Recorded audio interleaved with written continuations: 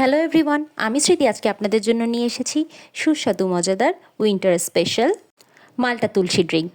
এই ড্রিঙ্কটিতে আপনারা পাবেন অনেক ধরনের অ্যান্টিঅক্সিডেন্ট, পাবেন ভিটামিন সি, আর পাবেন আপনাদের ইমিউন সিস্টেম বুস্ট করার জন্য কিছু স্পেশাল ইনগ্রেডিয়েন্ট। এটার জন্য আমার লাগবে প্রথমে তুলসী পাতা। আমি এখানে ছাদের গাছ থেকে কিছু ফ্রেশ দেখে তুলসী পাতা ছিঁড়ে নেব।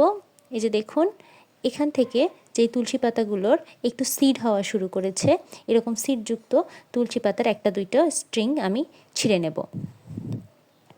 এই যে দেখুন, আমি কিছু তুলসী পাতার স্ট্রিং নিয়ে নিয়েছি ফ্লাওয়ার সহ। এই ফ্লাওয়ারগুলো কিন্তু ব্লুম হয়নি, এগুলো কলি অবস্থায় আছে। এটাতে অনেক বেশি পরিমাণে অ্যান্টিঅক্সিডেন্ট পাওয়া যায়। এখানে আমি কিছু তুলসী পাতা নিয়ে নিয়েছি, একটা আদা নিয়ে নিয়েছি একটা ছোট টুকরো, আর লাগবে একটা মাল্টা। এখন তুলসী পাতাগুলোকে একটা পাত্রের মধ্যে দিয়ে ভালো করে পানি ঢেলে ধুলে নেব। এখন আদাটাকে একটু ছোটো ছোটো টুকরো করে কেটে নেব। আমি সম্পূর্ণ আদাটা ব্যবহার করিনি, আমি এখান থেকে অর্ধেক পরিমাণের আদা ব্যবহার করেছি। মাল্টাটাকে একটু কেটে নেব। এখানে আমি ডেকোরেশনের জন্য একটা স্লাইস কেটে নিলাম, আর ড্রিঙ্কের ভিতরে দেওয়ার জন্য একটা স্লাইস কেটে নিলাম। এখন আমি মাল্টাটাকে 4 ভাগে কেটে নেব। এই মাল্টাটা আমি পরবর্তীতে জুস করে ফেলব। এখন একটা হামানদিস্তা তুলে নিচ্ছি, সেখানে ধুয়ে রাখা তুলসী পাতা আর কেটে রাখা আদা স্লাইসগুলো নিয়ে নেব। এখন প্লেটটাকে একটু সাইডে সরিয়ে রেখে এগুলোকে একটু হাত দিয়ে থেতো করে নেব।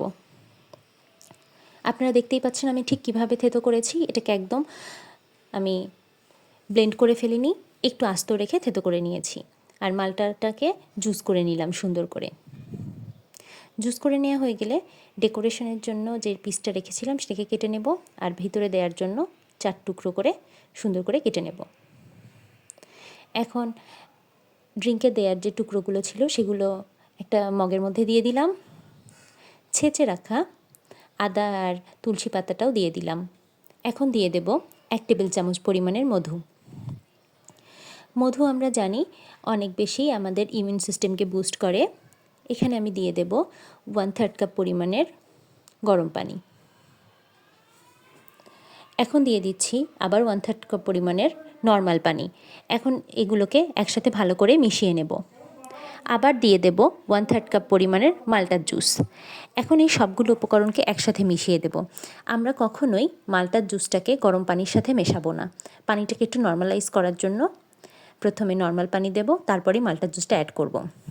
এভাবে করলে ভিটামিন সিটা আমরা একদম ইনটেক করতে পারবো। কিন্তু মাল্টার জুসটাকে যদি আপনারা গরম পানির সাথে সরাসরি ডাইরেক্ট মিশিয়ে দেন, তখন কিন্তু ভিটামিন সিটা গরম পানিতে নষ্ট হয়ে যাবে। আর ডেকোরেশনের জন্য একটা মাল্টার পিস দিয়ে ডেকোরেট করে ফেললাম। তৈরি হয়ে গেল সুস্বাদু মজাদার ইমিউন বুস্টিং শীতকালের জন্য একদম পারফেক্ট একটা ড্রিঙ্ক।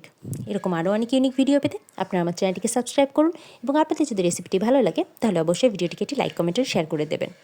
আর এই ভিডিওটি ফলো করে আপনারা যদি বাড়িতে এই ড্রিঙ্কটি বানান তাহলে অবশ্যই আমাকে কমেন্ট করে জানাতে ভুলবেন না রেসিপিটি আপনাদের কেমন লাগলো। ভিডিওটি দেখার জন্য থ্যাংক ইউ এভরিওয়ান। ভালো থাকবেন সবাই। আল্লাহ হাফেজ।